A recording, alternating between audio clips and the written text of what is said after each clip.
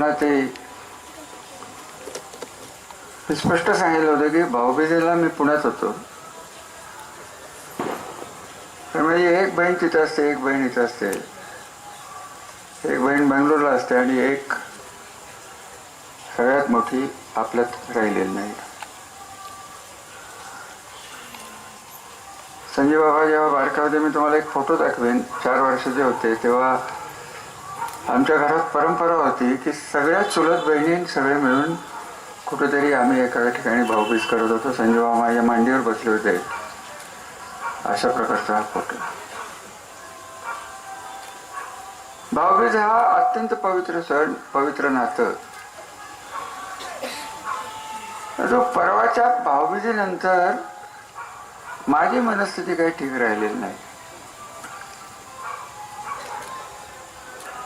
का ठीक राहिलेली नाही की एखादी मुलगी, तरुण मुलगी एखाद्या लॉजमध्ये जाते काय, ती ऍडमिट होते काय, मला काय त्या लॉज मालकाचं नाव घेण्याची गरज नाहीये, परंतु माझं म्हणणं एकच आहे की आपल्या सगळ्यांना शोभणार हे झालंय का? बाकीचं सोडून द्या, तुम्ही राजकारण सोडून द्या. 1200 वर्षाचा इतिहास असलेला आपला भाग आहे. 1200 छत्रपतींचा हा 1600च्या पुढचा इतिहास आहे आपला, त्याच्या आधीचा इतिहास. हा इतिहास जपणं, ही संस्कृती जपणं. मालोजीराव नाईक निंबाळकरांना तुमच्यापैकी बऱ्याच जणांनी बघितलंय नसेल, तर माझ्या बरोबरचे नगरसेवक दिसेनासे झालेत, काही थोडे बळे राहिलेत. असं कधी हे घडलेलं नाहीये की आत्महत्याची वेळ का आली असेल. पोलिसांचे तपास होतील, आमचं काही कोणावर आरोप नाहीये. अगदी खरं सांगायचं तर मी काय षडयंत्र जमलं, मी तर पुढेच होतो.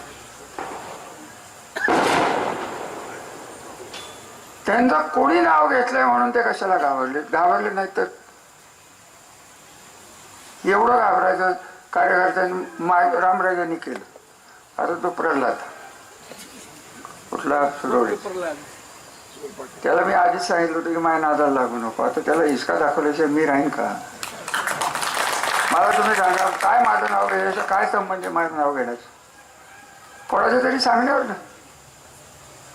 मग हे सांगणारच षडयंत्र असेल, मग तुम्हीच घ्या ना, हिंमत असली तर नाव. मी वाटच बघतो की माझं नाव प्रॉपर माणसाने घ्या, योग्य माणसाने घ्या. उगाच कुत्र्या चुत्र्याला सोडायला नका सांगू माझं नाव घ्यायला.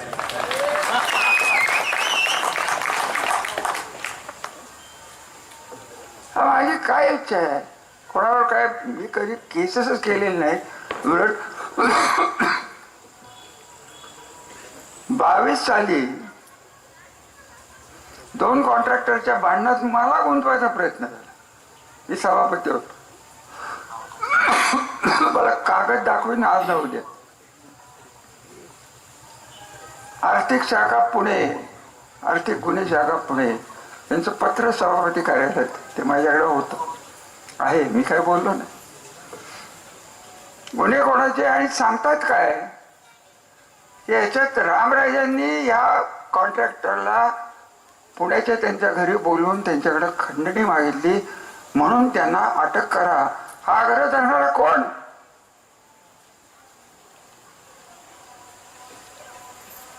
दुर्दैवाने त्यांच्या, मी जे नेहमी म्हणतोय गेले 2 दिवस की मुख्यमंत्र्यांच्या न्याय मुद्द्यावर माझा विश्वास हे कारण आहे की आज मी इथं सांगतो. त्यांच्यापर्यंत बातमी केली, त्यांनी फोन करून सांगितलं की कुठल्याही राजकीय माणसाला याच्यात गुंतवायचा प्रयत्न होणार नाही, करू नका. जे काही योग्य असेल, त्या कॉन्ट्रॅक्टरची भांडणं असतील त्यांचं ते बघून घेत, तपशिलात मी जाणार नाही. हे कोण करतो हे सगळ्या गोष्टी? मी करतो. अहो मी राजकारणात आलो, 96 झाली मी आमदार झालो. या गटातटात असलेल्या तत्कालीन सगळ्या लोकांचे कार्यकर्ते आमच्यात मिक्स झाले. काही जण झाले नाहीत, ते वेगळे राहिले. हनुमंतरावच्या कार्यकर्त्याला कधी त्रास दिला? चिमटरावच्या कार्यकर्त्यांना कधी त्रास दिला? डॉक्टर भैटे तर पहिल्यापासूनच आमच्याबरोबर होते. सुभाषरावचे कार्यकर्ते आमच्याबरोबरच आले. कोणाला आम्ही त्रास दिला आणि पोलीसचं राजकारण केलं म्हणून या आमच्यावर आरोप करतायत. एक जण शाणे ते म्हणाले की याचा मास्टर माइंड कोण आहे. घे ना नाव, हिंमत असली तर नाव घे. मग मी बोलतो 85 सालपासून कोणी कुठं काय गुण उधळलेत. पण त्यांना माझी एकच विनंती आहे की कोणाच्या किती आहारी जावं हे ज्याने त्यांनी ठरवायचं. सुदैवाने त्यांची मुलं चांगली आहेत, त्यांच्याकडे बघून आम्ही गप्प आहेत. परंतु त्यांनी जर ताणलं तर तुटोस्तोपर्यंत मी ताणीन. मी तुम्हाला घाबरलो नाही, तुमच्या मागचा जो मास्टर माइंड आहे त्याला तर चुकून घाबरत नाही. काय करेल तो जास्तीत जास्त आम्हाला 77व्या वर्षी तुरुंगात टाकेल. टाकच आणि बघ तू फलटण मध्ये कसा राहतो. तुरुंगात ना तुला थर्ड लागली. टाकूनच बघ. आणि हा प्रयत्न केलेला आहे त्यांनी. मी कधी तक्रार केली तुमच्याकडे सार्वजनिकरित्या? कधी बोललो? कधीच नाही. आता मुख्यमंत्र्याला कळलं म्हणून मी तिथं वाचलो, नाही तर मला 368 खंडणीच्या गुन्ह्यात आतच अडकवलं असतं सभापती म्हणून. ही यांची कला, ही यांची कृती, हे यांचे संस्कार. आमच्यावर संस्कार मालोजीराव नाईक निंबाळकरांचे. नाईक निंबाळकर नाव लावलं तर लोकांच्यासाठी आपल्याला झिजायला लागतं, हे आमचं बाळकडू. आणि ह्यांचं याला गुतव त्याला गुतव, तिकडं जा इकडे ये, तुझी वाळूचे धंदे बंद करतो, माझ्याकडे आला तर तुला वाळू देतो. आता हे काय चाललंय हे आम्हाला वर्षभर कळत. राजकारणाचा भाग ह्याच्यात फार कमी हो. आजचे इलेक्शन फलटणच्या इतिहासाला काळीमा लागणाऱ्या या गोष्टी ज्या घडल्यात, ह्यांना जर सत्तेबाहेर तुम्ही जर काढलं नाही, आमच्या 1000 चुका झाल्या असतील. आमचे 12,000 चुका आमच्या नगरसेवकांनी केल्या असतील. हे राजकारण, असल्या प्रकारचे राजकारण तुमच्या घरादारावर येईल हे मी तुम्हाला 5 वर्ष सांगत होतो. आणि ते तुमच्या उंबरठ्यात प्रवेश झालेला आहे. त्या दुर्दैवी मुलीची आत्महत्या का खून आहे हे पोलिसांचं घेणं, हे शासनाचं घेणं. मला काय त्याशी करायचं घेणंच नाही. 4 कारखाने आहेत आपल्या तालुक्यात. एक उपळव्याचा ह्या सद्ग्रस्तांचा, एक आदरकीचा, कापशीचा, शरयू, श्रीराम आणि श्रीदत्त. तिथे काय कामगार नव्हते बीडचे? संजय बाबा बोलले, ते तर चेअरमन होत. आमच्या तालुक्याच्या कुठल्या, आमच्या कारखान्याच्या कुठल्या मुकादमानी आतापर्यंत आमचं नाव घेतलं एवढं सांगा. ही संस्कृती आपली. या भावाला हे माहित नाही, बीड जिल्हा नाईक निंबाळकरांची जागीर होती हे त्याला माहित नाही. तिथेही आमच्या पूर्वजांच्या समाज आहेत.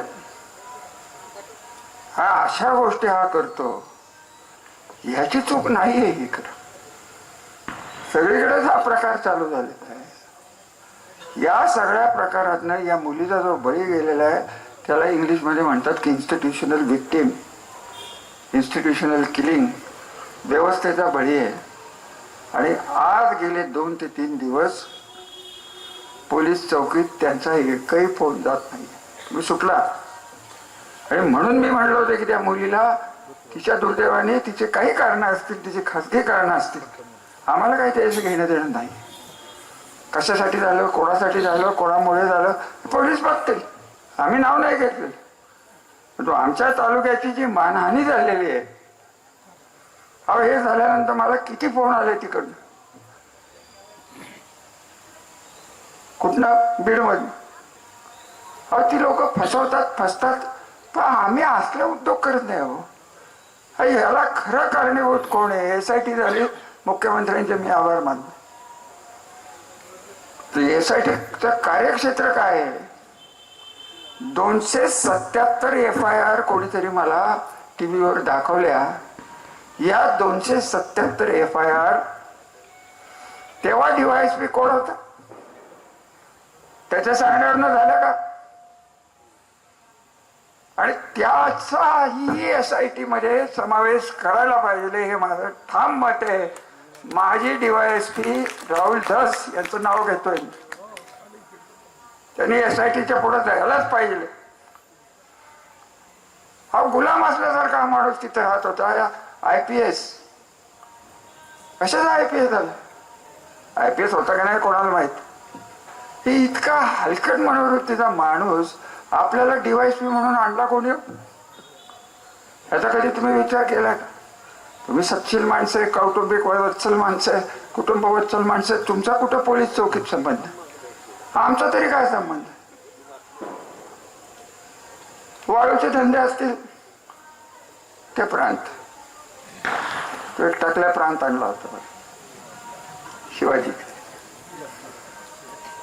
वाळूचे धंदे, एका आमच्या कार्यकर्त्यावर 1.5 कोटीचं वाळू रॉयल्टी, 1.5 कोटी. अहो काय त्याला अर्थच राहिलेला नाही. हिटलरच्या जमान्यात ज्या पद्धतीने छळछावण्या तयार झाल्या ना, तशाच या छळछावण्या या तालुक्यात प्रत्येक डिपार्टमेंटच्या अधिकाऱ्यांना हाताशी धरून कार्यकर्ते प्रेमसंजोग म्हणले. आम्ही कोणाला बोलवलो? आम्ही कुठल्या कार्यकर्त्याला म्हणलं की तुझा धंदा बंद पडतो, तू इकडे नको. आम्ही असले उद्योग करणारी माणसं नाही आहेत.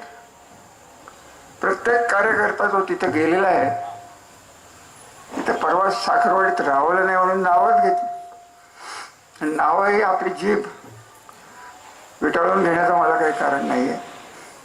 जे कोण महाराज गेले सगळे, त्यांना आता कोणाची ओढणी मिळणार आहे एवढंच बघायचं, एवढं लक्षात घ्या. आणि त्यांना मी तेव्हाही सांगितलं होतं, तिथं परतीची वाट नाही. इतकंच नव्हे तर माझ्या कानावर आलं होतं, एक सद्गृहस्थ आमच्यातले गेले होते त्यांचे कार्यकर्ते बोलायला. त्यांनी सांगितलं रात्रभर विचार कर, इथनं आमच्याकडनं परत जाता येत नाही. आणि मग माझं तुम्हाला म्हणणं आहे की आम्ही 30 वर्ष काय केलं, तुमचं पुढे 30 वर्ष काय होणार याचा विचार करा ना. अहो एका 5 वर्षात यांनी एवढं सगळं संपवलं. 91 सालची एक गोष्ट सांगतो मी तुम्हाला. मी नगराध्यक्ष होतो, मला जे आपलं नगरपालिकेच्या समोर जे गाळे आहेत, ते गाळे मानसिंग बसला आहेत. वरच्या बाजल्यावरचे गाळे जात नव्हते तेव्हा मानसिंगला. मी फोन केला एका शेट्टीला, तो ठाण्याचा होता. म्हणाला की नाही भाई हम नहीं आने वाले यहाँ पे, याला बहुत गुंडागर्दी आहे. ही 91ची गोष्ट. आणि आता मला तुम्ही सांगा, अशा प्रकारचं वातावरण असलं नवीन इंडस्ट्री येईल का? नवीन मुकादमा आमच्या 3 कारखान्यावर, आमच्या कंट्रोलमध्ये असलेल्या 2 कारखान्यावर मुकादम नाही आलं तर नुकसान कोणाचं होणार? यांचं काय झालं? आम्हाला काय करायचं? अहो यांच्याबद्दल कितीही बोललं तरी, त्या आगवणे मॅडमचं क्लिप आहे, मी वाजवून दाखवीन. त्या बाईने कंटाळून शेवटी त्यांना फोन केला. आणि तुम्हाला मी स्पष्ट सांगतो की मी माझा त्यांचा काडीचा संबंध नाही. त्यांच्या मुलींचे फोटो मी जेव्हा बघितले, व्हिडिओ, आत्महत्येला, तुमच्यापैकी कोणाला जर वाटेल का आपल्या मुलीने आत्महत्या करावी? तर महिला बसल्या. आणि त्या बाईला हे महाराज म्हणतायत की सगळं मिटवतो, रामराजांचं नाव घे. हे कुठलं? आरवणे काय माझा कार्यकर्ता होता? भांडणं त्यांची बेआबरू. आता ज्याला आबरू नाही त्याला बेआबरू कशी होईल हे मला कळत नाही. आबरू नाही, रामराजांचं नाव घे. आता बोलू का? माझ्या तोंडावर आलंय पण आज नको बोलू. मी वाट बघतोय की नाव कधीतरी माझं घ्यावं, मग त्यांचा इतिहास सगळा सांगतो. आणि त्यांच्या इतिहासात तुमचं भविष्य नडलंय. तेव्हा काही माणसं असतात ते जन्मजात गुन्हेगार असतात, त्यातला हा प्रकार आहे. त्यांना संस्काराचं काही लागत नाही. त्याला सायकोपाथ हा शब्द आहे. हे सायकोपाथच आहे ते सद्गृहस्थ. आणि त्यांना जर तुम्ही जर परत त्याचा थारा दिला, मला एक सांगा, मी त्यांना अंगावर घेतो, मी त्यांच्यावर टीका करतो. आणि सिक्युरिटी कोणाला? त्यांना 4 गाड्या घेऊन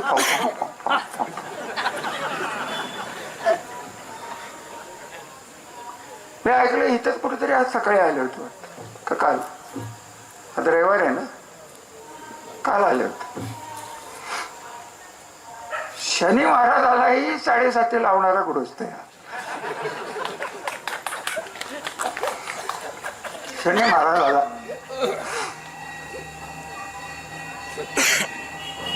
काय बोलायचं त्याला?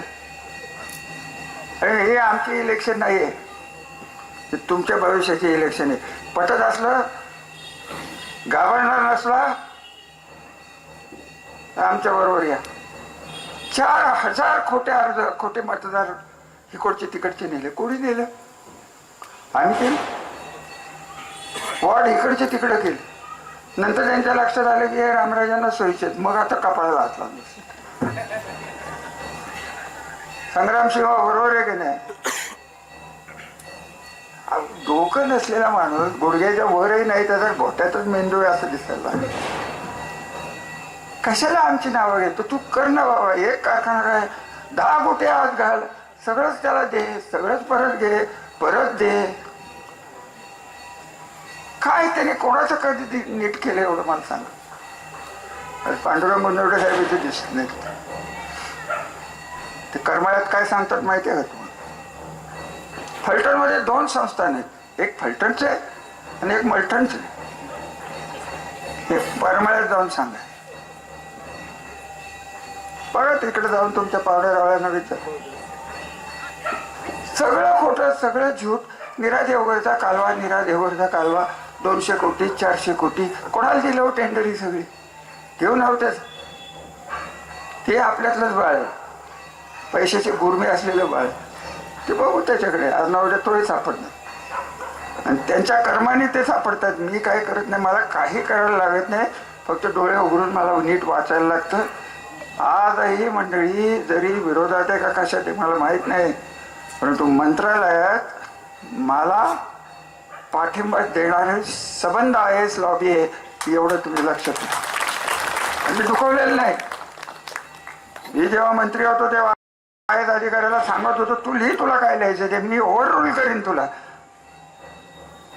फोन नव्हतो करत, असं करून आण, तसं करून आण, त्याला ओरड, त्याचं रेशनिंगचं दुकान घालव, याला खड्ड्यात घाल, त्याला डबऱ्यात घाल, त्याला कचऱ्यात घाल. आता जनतेला जर पाहिजे असेल तर मी काही करू शकत नाही. आणि ही जी इलेक्शन आहे ही तुमच्या भविष्याची इलेक्शन आहे एवढं लक्षात. ह्याच्या पलीकडे तुम्हाला परतीची वाट नाही. वाट जी आहे ती दहशतीची आहे. पोलिसांच्याकडे जाणे आहे, पोलिसांच्या पाया पडणे आहे, पोलिसांच्या बदल्याच्यासाठी. ह्या माणसाने काय केलं नाही? हे कोणी आणले हो? हा जो सद्गृहस्थ आरोपात टाकला आहे त्याच्यावर बलात्कार आणि कुठली तरी केस आहे इन्स्पेक्टर, त्याला कोणी आणलं? मी आणलं. अजून एक नाव घेऊ. या सभेच्या द्वारे आपल्या प्रांत मॅडम जे आहेत त्यांना माझी नम्र विनंती आहे की तुम्ही महिला आहात, तुम्ही कोणाच्या कार्यकर्त्या नाही आहात, तुम्ही प्रांत आहात. आणि प्रांतासारखं वागला नाही तर राहुल दस्त जे होणार आहे ते तुमचं होईल. त्याला फारसा वेळ लागणार नाही. सावध राहा एवढं मी एक ज्येष्ठ माणूस म्हणून त्यांना विनंती करतो. कारण काय झालं त्यांच्या हातनं तर ते काय आत्महत्या करणाऱ्यापैकी नाही, ते आम्हाला करायला लावतील. असं परत बदनामी कोणाची हो? फलटणच्या प्रांताच्या तर रंगे हात पकडलं. कोणाची बदनामी झाली? फलटणचेच झाली. आमचं काय झालं? अरे या बाईंना कुणी सांगायचं की बाबा आपण कसं वागावं? तोच तसा अजून एक नायब तहसीलदार आहे, ते तर इथलंच आहे. तो गुड्ड्या पवार कुठे आहे का? इथं गुड्ड्या कुठं वाचलाय? कुठे आहे रे गुड्ड्या? तुझा भाचा कोण आहे? आणखी त्याला जाऊन त्यांनी आणलाय. मला नको नाव घ्यायला लाव. घाण घाण घाण घाण. किती बोलायचं हो अधिकाऱ्यांना? तुम्हाला खरं सांगू का, परवा हे घडल्यानंतर मी फलटणला आलो 24 तारखेला. सकाळीच मला एका व्यापाऱ्याचा फोन आला. कान उघडून नीट आहे का? तो म्हणाला आम्हाला विकास नको, आम्हाला सुरक्षितता पाहिजे. काय म्हणाला? विकास नको आम्हाला. मी नाही म्हणलेले, नाव नाही सांगणार व्यापाऱ्याचं, बिचार ईडी टाकतील ते. आता आगवण्यावर ईडी स्वतःच्या लेटर हेडवर एवढी ताकद आहे, स्वतःच्या लेटर हेडवर. काय त्याला आता ही मी बघितली आहे का? त्यांनीच दाखवली ना. अच्छा ते रामराजांनी ईडीला सांगितलं असेल. त्याचा मास्टर माइंड रामराजेच. फक्त तू नाव घे, मग तू फक्त माझं नाव घे. आणि मी तुम्हाला इतकं स्पष्ट सांगतो की मुख्यमंत्र्यांचे माझे संबंध, माझे अख्ख्या महाराष्ट्रात 3 वर्षात कोणाचे वाद नाही आहेत, वैयक्तिक द्वेष नाही आहे. कुठेही जातो मी रामराजांचे फलटण म्हटल्यानंतर यांचं नाही नाव निघणार, माझंच निघणार. आणि यांचं निघालं तर बघा जाऊन पाहुणे रावळे असतील, तुम्ही माहेरभाषणे असाल, बाहेरचे असालच, विचारा. हा बदनाम करून टाकलेलं. म्हणतात कशासाठी कशासाठी आमचं कल्चर घालवताय, कशाला आमची संस्कृती घालवताय, कशाला आमचा इतिहास घालवताय. आणि आज मी एक काय म्हणतात पोस्ट बघितली. श्रीमंत रामराजांना यांची माझी विनंती आहे, असा वारकरी पंथाचा ज्ञानेश्वरानंदाचा पवित्र माणूस श्री अशोक जाधव, ज्ञानेश्वराच्या नंतरचा, तो म्हणाला की प्रेस कॉन्फरन्स दादा घेणार आहेत आणि काय बोलणार आहेत हे ऐकण्यासाठी श्रीमंत रामराजांनी यावं. उतरली होती का तुझी? कशाला उगाच माझं नाव घेतो तू? तुझा दादा बघा ना काय घ्यायची, प्रेस घ्या, व्हिडिओ घ्या, कॅबरे डान्स घ्या, लावणी घ्या, काय घ्यायचं ते घ्या, आम्हाला नको बाबा. आम्हाला तुमचं नाव आणि तुमचं आमचं नाव एक आहे, हेच पाप भरपूर झालेलं आहे. आमचा ब्रँड सत्यानाश केला. 27 पिढ्याचा ना एक निंबाळकर 27 पिढ्याची आबरू घालवली एका किचपिडे माणसं. काय त्याला अर्थ आहे? घराण्याची आबरूचं नाही, अमुक नाही, दुसऱ्याच्या आई वडिलांच्या विषयी काय बोलायचं. माझ्या तोंडावर आलंय की हिंदराव परवडला, कल्याणराव बरंच परवडला तो. हे तरी अजून एक तुम्हाला माहित नाही, त्या स्टेजवर मुख्यमंत्री अजून एक बसला होता, काय बोलला का? त्याला बरं वाटत होतं.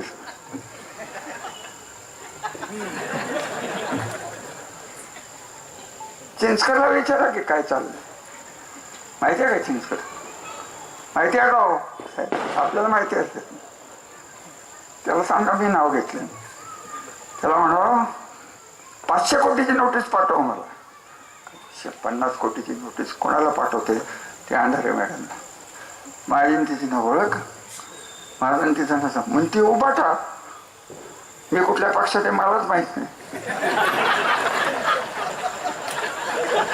आता काय करायचं? काय करायचं सांगा. अरे ते येतील उद्या बोलतील हे लगेच 6 तारखे संध्याकाळी 6ला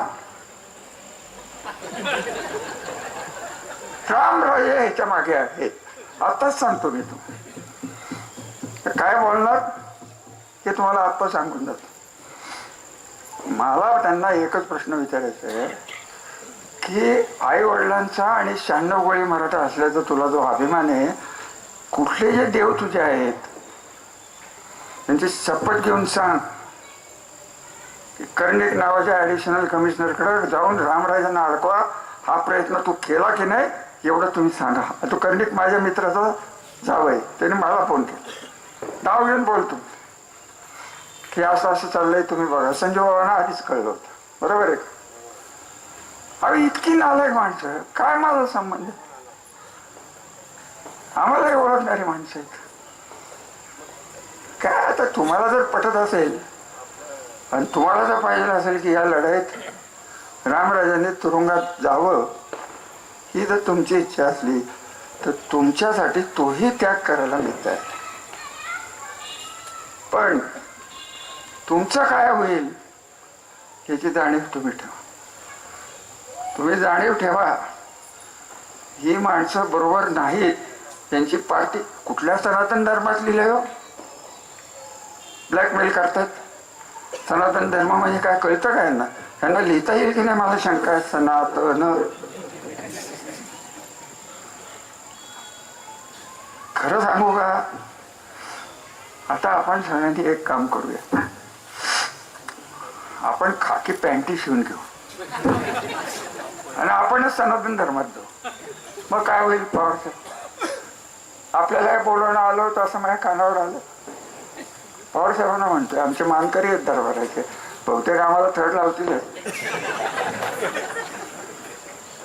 काय बोलू तुम्हाला, अजून किती बोलून किती घाण बोल, कशाला जीभ पिटाळायची, पण काय राहत नाही. सावधगिरीचे काय इथं नारळ फोडून हे फोडून कोण कोणाला मत देत नाही आजकाल. काय तो आमदार 1 वर्ष नाही झालं तर सगळ्या शरद पवारांचे राष्ट्रवादी त्यांनीच काढले असं बोलतोय. हा डी के पवारचं ठीक आहे, डी के पवार हा शरद पवारांचं राजकारण त्यांनी घडवलंय, मान्य आहे. शरद पवारांना मार्गदर्शन करणारे अजून एक तिकडे गेले जातात, त्यांचंही नाव घेण्यात का? आम्हीच वाढवलेली भांडवळ, काय त्याचा उपयोग हो? कशाला कोणाचं नाव घ्यायचं? आमचं चुकलं तर आम्हाला शिक्षा द्या, परंतु आता आमच्या चुकीची शिक्षा देण्याची वेळ नाही. ही इलेक्शन तुमच्या सर्वायवलची आहे. तुमचं सगळं बरं वाईट जे होणार आहे ही इलेक्शन, आणि ती कारखान्याची इलेक्शन जिल्हा परिषद माझ्या ताब्यात द्या. दिल्ली त्यांचं तथाकथित जे वजन आहे ते वजन 0 होईल, आणि 0 झाल्यानंतर फक्त सत्तेचा हात त्यांच्या कपाळावर जाऊन द्या. किती लोक बाहेर येतील बघ, किती जणांना यांनी त्रास दिला, किती जण नष्ट केले, किती नावं घेऊ, किती नावं घेऊ. त्या गिरीचं काय झालं रे मानसिंग मल्टनचं, घेऊ नाव, सांगू काय झालं? अहो काय या माणसाचा अर्थ आहे का? काळा कुट्ट इतिहास असलेली ही माणसं तुमचं भविष्य काळाकुट्ट केल्याशिवाय जाणार नाहीत. एवढीच सावधगिरीची सूचना मी तुम्हाला या कार्यक्रमाच्या निमित्ताने देतोय. मला मतं द्या देऊ नका हा वेगळा विषय. आम्हाला जे पाहिजे ते आम्ही आमच्या संस्काराप्रमाणेच करणार. नाईक निंबाळकर नाव लावतो तर आयुष्यात तुम्हाला 30 वर्ष दिली, उरलेली किती वर्ष आहेत मला माहीत नाही, परंतु ह्या संस्काराला पात्र राहून लोकांचीच आम्ही सेवा करणार, एवढं बाकी नक्की. तिथं काय व्हायचं ते होऊन द्या. आता जास्त काय बोलायचं कारण नाही. हे कोण बोंबलतंय मला काय माहिती, काय का चालून द्या, त्यांची होऊन द्या. दत्त शनी महाराज तुम्हाला शुभेच्छा. माझ्या तुम्हाला 7:30 लावणारा हा माणूस तुम्हालाही तुमच्या पवित्र कार्यात कधीच भेटणार नाही हो. शनीला 7:30 ऐकलंय का?